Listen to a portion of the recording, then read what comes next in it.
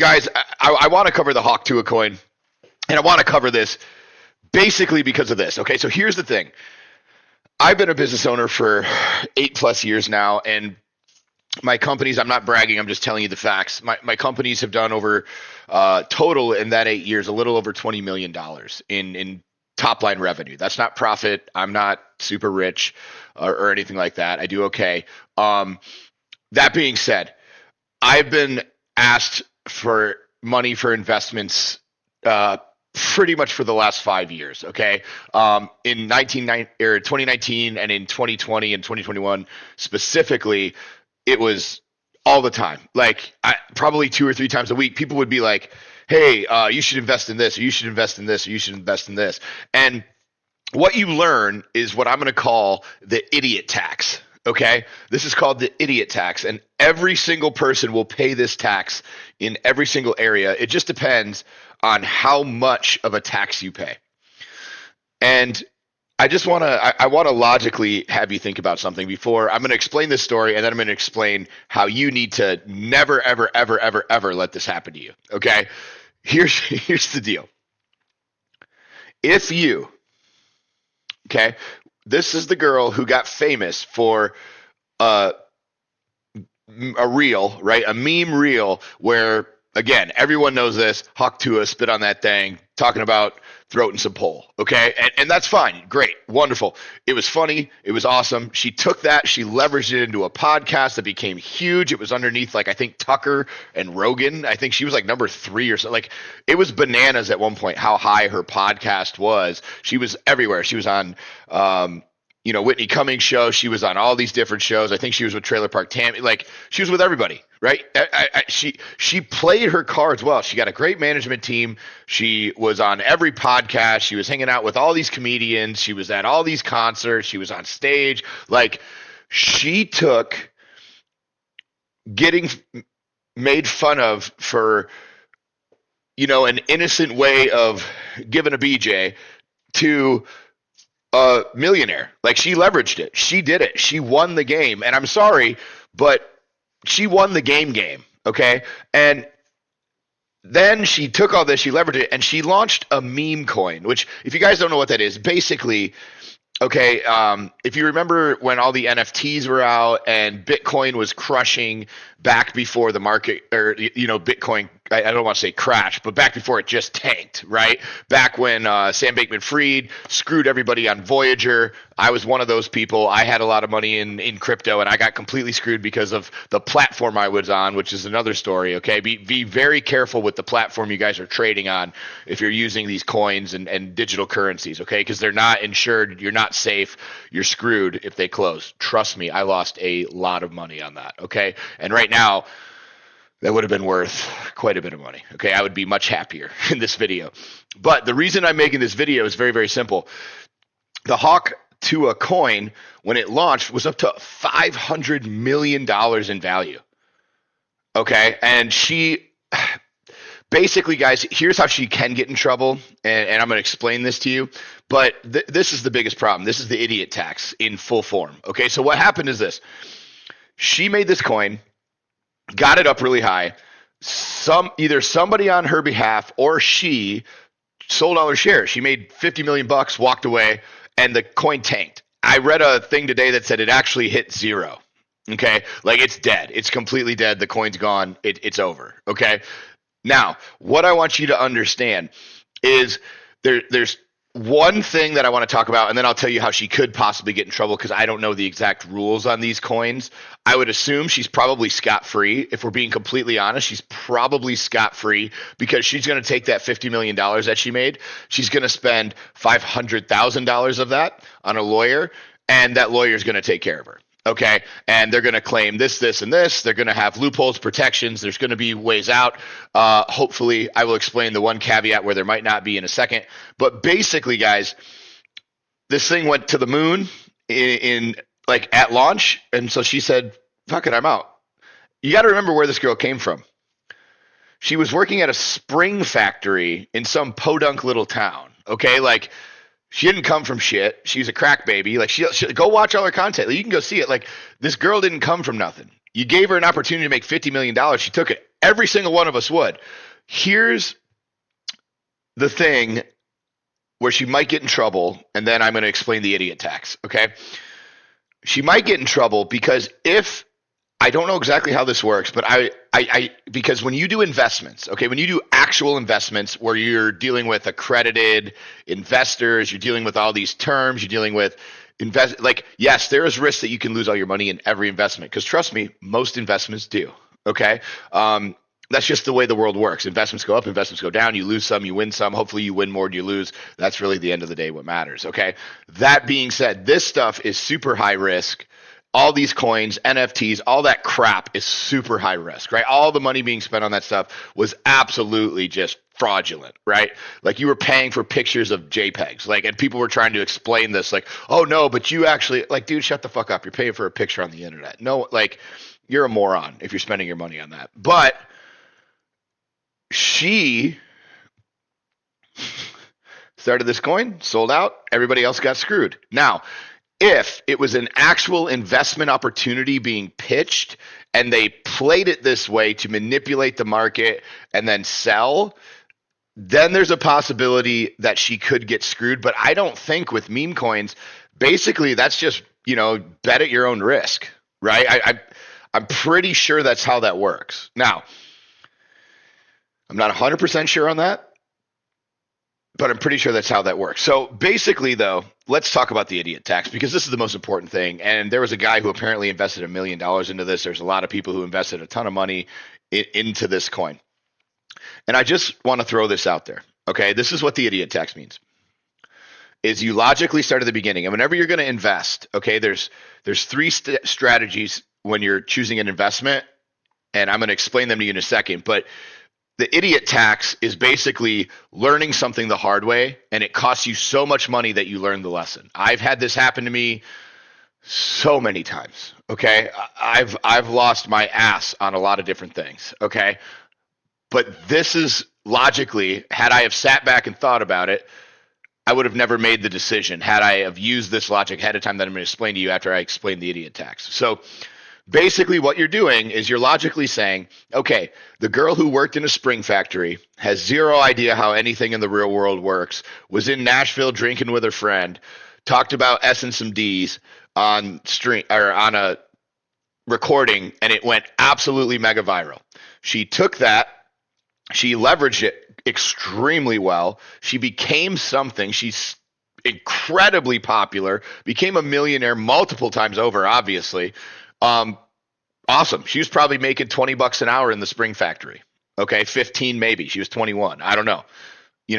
She wasn't making a lot of money. She's probably making 30, 40 grand a year.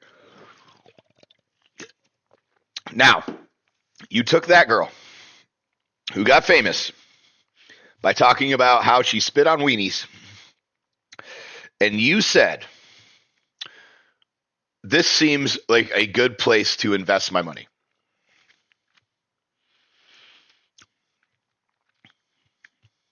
I'm going to put my money into this so I can make a bunch of money. Okay. Now, that's called paying the idiot tax. If Elon Musk said, hey guys, I'm going to start this thing and it's going to be based off how much profit we have from Tesla, and I'm going to put X amount of that profit into funding this many coins, but there's only going to be this many coins. Now the currency has some value tied behind it, right? Even with Bitcoin, if you actually look at the science of how Bitcoin works and how they mine it and how there's a limited amount, all those things, right? That's the base that all these coins go on, except they're only as safe as the amount of people who stay in them, right? So if everybody who had a ton of money in Bitcoin all decided to sell tomorrow and tank Bitcoin, they can do that, and there's nothing that you can do about it, okay? We've seen this time after time after time. This became very popular after, especially with these coins, these NFTs, these alternate source of investments. This all became popular after the GameStop and the AMC stock manipulation stuff and all that stuff. Okay. But this coin was a complete meme coin. It's based on a 21-year-old girl who got popular for how she spit on it. and then literally leveraged that and made a coin. Okay. If you put your money there, you have officially paid the idiot tax. And hopefully you will make these three decisions from here on out whenever you decide to make an investment. Here's what you need to look at, okay? Because this is the investments that I've won. Every time I've won an investment, it's been because of these three reasons. And I'm going to compare it to horse racing, right? Because it's a gamble, and that makes sense. So when you're looking at horse racing, there's three factors in a horse race. There's the jockey, there's the horse, and there's the track. Those are the three main factors. There's also the weather, which we could call the economy or the season in the economy, but that's going a little too deep, right? So let's start with the track. The track is the base industry that you're going into. Okay. So when you're deciding, should I go into an industry with my investment, is what is the industry? What is the major market that you're going into? Is it real estate? Is it fitness? Is it gyms? Is it franchising a restaurant? Is like, these are all different avenues, right? Of is it food? Is it grocery stores? Is it real estate? Is it apartments? Is it commercial, right? These are all different tracks that you can invest your money in. Okay. And then you have the horse, and the horse would be the opportunity. So in my case, for instance, I'm in this because I franchise gyms. Okay. My gyms are now a national franchise that you can franchise, right? So the actual specific company would be the horse. So if we were in fitness, there would, like, my competitors, right? You would have Orange Theory, you would have Fit Body Boot Camp, you would have Burn Boot Camp, you would have F45, you would have PFit, which is mine, right? These are all options. These are all different horses. And how an investment works with franchising is you can read over all of their franchise disclosure documents and see their numbers and see the opportunities, see what the profit margins are, see et cetera, right? There's a lot of things that you can look at. And there's a ton of federal regulations and rules on the horse. But this is the second thing that you want to look at, right? So it's track, horse. What is the vehicle that's going to take me to the profits, right? And then who's driving the vehicle, right? Who's riding the horse? Who's the jockey? And this is who's running the franchise, who's running the opportunity, who am I betting on to win that's going to make this horse faster or better than the other horses, right? This is the third thing, and this is where most people overlook it. And I'm going to tell you this because I've luckily I had made some smaller investments that got screwed when I got offered to be in this restaurant gig, right? So there was this guy who I knew in a group that I was in, and he owned a bunch of franchises, and they would sell them to all their little cronies who would pay money to go hear these guys speak in the personal development space. Bananas, how that whole space works. It's a complete fraud, and I can go into that later. But basically, okay, these guys would have conferences where you would go and get motivated and blah, blah, blah, blah, blah. And then they would offer you all these opportunities and take your money, and you would get these investments, right? And so this one guy had a ton of food industry stuff that he did. He had restaurants, like there was ice cream, there was cookies, there was fruit bowls, there was chicken restaurant. Like he had like 4, 5, 6 of these things, right? Like all different opportunities. And if you actually looked at the numbers on them didn't make any sense, and the way that they did it didn't make any sense, but we're not going to go into that. And they sold hundreds of these things, right? They even got NFL players, celebrities, everybody in here, right? Like it's a big movement because obviously the more popularity, the more people go, oh, well, if this guy's in it, then it must be okay, right? And it's called building credibility through clout, which is completely wrong in my opinion, but that's how some people do it. I'd rather build credibility through credentials, which is success, but you can do it however you want.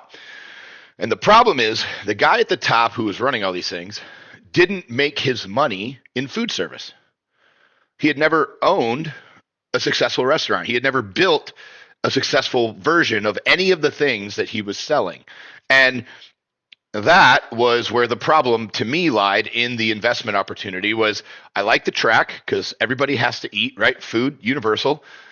I liked a couple of the horses, a couple of the options that he had. I was really fascinated by a couple of the different options.